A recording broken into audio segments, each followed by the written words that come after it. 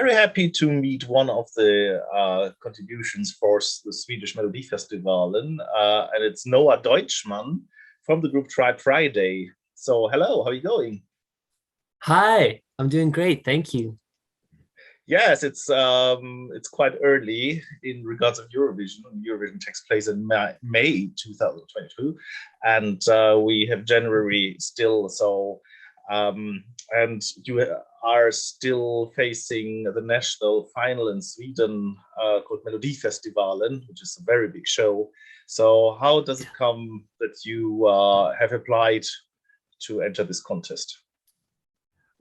So I play in the band Tribe Friday, and we're very much sort of like a DIY band. I guess you could say we come from like the underground music scene in Sweden. So we played a lot of, local clubs and gone around touring, stuff like that. And so, I guess Melfest isn't, what usually, you wouldn't usually take a band for us to be part of, that sort of thing. But we had like a morning meeting with our label that we work with, and they told us that Melodifestivalen, the production team, had reached out to them and said that they were interested in having us on. And they'd reached out a couple of times, and I guess we already had a record that we'd finished and mixed and everything. So being that they were interested, we just sent them a few songs off the record that we'd already made, and here we are. Yeah, good. Yeah. What's the first step to go to Eurovision, passing this national final as well?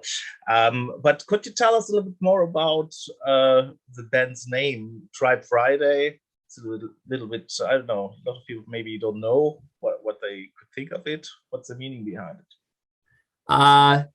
It's do you know the site Band Name Generator? Mm-hmm. It's like you go on and you write in some info about your group, and then it pops out, it spits out a bunch of different names. So there's no meaning behind it. Okay. And throughout the years we've sort of try to like come up with some good explanation as to why that's the band name.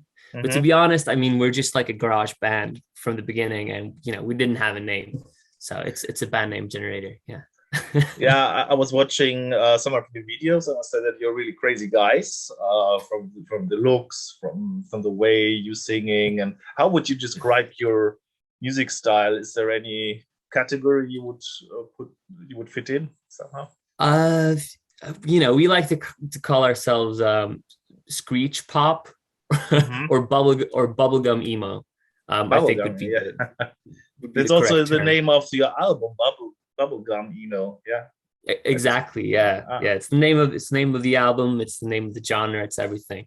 So I don't know. Yeah. Bubblegum emo, I think is a pretty good way to, you know, explain it. It's, we play fairly like upbeat music with a lot of screechy guitars and garage influences. But then there's the contrast of there being a lot of sort of darker, more emotional elements in the lyrics. So hence okay. the name. Yeah. Yeah, I also thought it was quite catchy. The melodies stick in your head somehow, even if I Oh, listened to thank you. this for the first time. But it reminds a little bit of the Ark. The Ark has Yeah. represented Sweden in Yeah. 2007. Yeah. And Yeah. Yeah. I know our bass player Robin listened quite a lot to them, I think. uh, Um, you yeah. can see that I think I would describe what they describe themselves as glam rock. So it's also little middle category between pop and rock and something Yeah, uh, definitely. from the 70s, 80s, David Bowie Yeah. like. Yeah, I think, for us, a lot of our influences are, early 2000 emo bands. So like My Chemical Romance and that sort of thing, because we were all like emo alternative kids growing up. But I guess then, a lot of those bands would have Bowie and stuff like that as influences. So I guess it's like a second generation thing at this point. Uh, in the Melodifestivalen, there are quite a lot of varieties of music. So the Yeah. typical Swedish Schlager, the pop tunes, and some crazy tunes as always. But this glam rock is not seen that often, I would say. Do you think you can stand out with this kind of performance? I don't know how your performance will be, but probably somehow like your video clips or your live gigs. Yeah, I mean, I think it's sort of inevitable for us to stand out a bit, just because, you know, with our background coming from very much like a more underground DIY sort of thing, and I think that's gonna be fairly noticeable in our Melodifestivalen performance as well, just because we do a lot of things ourselves. So I mean, for the stage decor, we're doing, you know, we're creating some of it ourselves, and very much being part in, you know, creating the whole number. So yeah, I think we'll stick out like a sore thumb, to be honest. Also in regards of your stage show, something, you know, you always have to show something on stage. It's very important. Yeah. Do you have a kind of surprise or?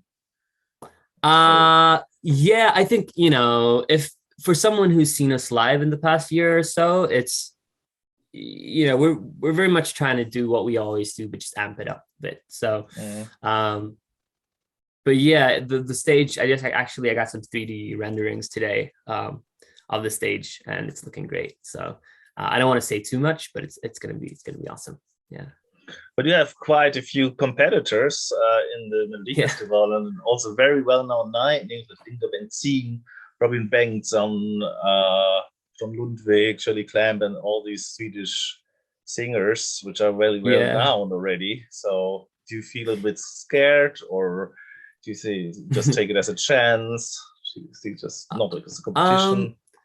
Well, I think for us, we're probably competing in sort of a different fashion than those guys, because I mean, obviously they're more tied to Melodifestivalen, and they're it's sort of their arena, right? And we're coming in as, I suppose, outsiders.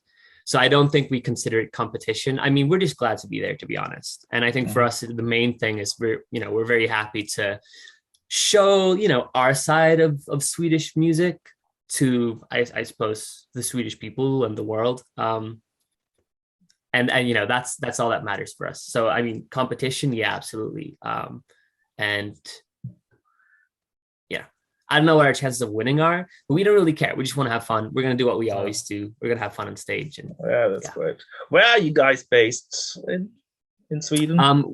We're based outside of Örebro, and we have a house in the woods. So it's like an hour north of Örebro, and we all live here together. Oh yeah, lovely. Studio and lovely. But I just heard that the Melodifestivalen only takes place in Stockholm and not going on the tour as usual. Do you think it's all right, or would you have preferred to go to several places if you would come to another round and so on? I think it's all right with us. I mean, I think now I'm not completely sure. I think it's taking place in Globen, which is the big round arena, right? So I mean, that's very cool for us, because that's like the big stage here in Sweden. It's like the big iconic stage. So we're very happy to be playing there. I don't really think it matters for us. I mean, it's going to be a similar sort of experience in any case. Obviously, it would be fun to have the tour with the entire audience and stuff like that, but what can you do at this point, right? The last 2 years, Corona has hit the Eurovision Song Contest as well. 2020 has been cancelled completely. It was a disaster for many. But 2021 took place under different conditions in Rotterdam. Would you be also happy to represent Sweden also in front of a smaller audience, or in a really worst case, no audience, only TV viewers? Yeah, I mean, we'd be happy to do it in any sort of fashion. And I think with the 2 years, I mean, we're very much a live band. We play a lot of live shows. We do a lot of touring. But you know, these past 2 years, we've sort of done a lot of live stream shows and TV performances, and sort of gotten used to that. So I think whatever ends up happening, we'd be happy to participate. Yeah. Have you been inspired by Måneskin as well? No, not really. And that's kind of funny because it's, you know, I think they're cool. I think it's great that a rock band won Eurovision. It's fantastic. It's good for us as well. after they won, we got a lot of comments like, you guys must be inspired. That's pretty much not the case. I mean, we've done this whole sort of visual style thing for a few years now. So that was kind of a funny coincidence. And our guitarist actually looks quite a lot like Damiano. So we got a lot of those comments on social media. But yeah, it's funny that you say that. Yeah, on the other hand, it also proves that lots of varieties of music can have a place there and can be successful. Måneskin has become very successful since the participation. And what expectations do you have personally or for your band? Like after Eurovision or like after Melodifestivalen? Yeah, all the stuff from the experience. If you would win the Melodifestivalen and further on going to Eurovision. I think the main thing for us is we're just looking forward to, like, if we end up winning or not. In any case, I think the main thing for us is it's going to be our touring schedule for this summer is going to be packed. And so we're looking we're looking forward to that a lot. I think this is going to help drive a lot of those bookings and festival bookings and ticket sales and stuff. So we're anticipating that a lot, and we're looking forward to touring. I mean, it's our main thing. And same would go for, if we ended up, going to Eurovision. I think we'd be the most happy about being able to tour more. And your schedule will look a little bit different, probably, with all the rehearsals and everything. And do you have some personal memories from the Melodifestivalen and some special songs or singers or from Eurovision? I don't know if there's any particular numbers that we're attached to, but we have like what's the word? Tradition here in the household, like the tribe headquarters where we live. We have Melodifestivalen or Eurovision nights each winter. So like we'll like drink some wine, watch Melodifestivalen, and then afterwards we'll go out and do some like sled riding. Cool tradition, I must say. Yeah. Yes. So I mean, that's like a very fond attachment that we have. But of course, I mean, Melfest is a huge thing in Sweden. Yeah. So, I mean, we've all grown up watching it and being inspired by all the different acts and stuff. So it's really cool. Yeah. Do you have some favorite songs that you could name? Or singers? Favorite Melfest songs? Charlotte Perrelli or... Son. Yeah. I don't know. I actually really liked Benjamin Ingrosso. What was the name of that song? I don't remember. He went to the finals with it. Yes, he was in Lisbon. Dance You Off. Dance You Off, yes, of course. Yeah, I really liked that one. It was really very groovy. I liked the production on it a lot. So that was cool. And I think Jon Lundvik's Too Late for Love was good as well. And then, of course, like ABBA, you got to have like the classics, right? Yes, definitely. Yeah, thank you very much, Noah Deutschmann. Yeah, do you have some German forefathers? My grandfather was German, and so my dad speaks German and all that, and it's very because we've been touring Germany quite a lot, and whenever we go through border control and I show my passport and I have a German surname. People start speaking German to me, and I'm very sorry to say that I don't understand a single word. That's fine. That's absolutely fine. But at least you get some nice discussions at the airport with that stuff. True. Thank you so much, Noah. Thank you for talking to us, and we very wish you the very best of luck for the Melodifestivalen and even the ongoing part as well. Thank you so much. Hey, Do, and have a good day.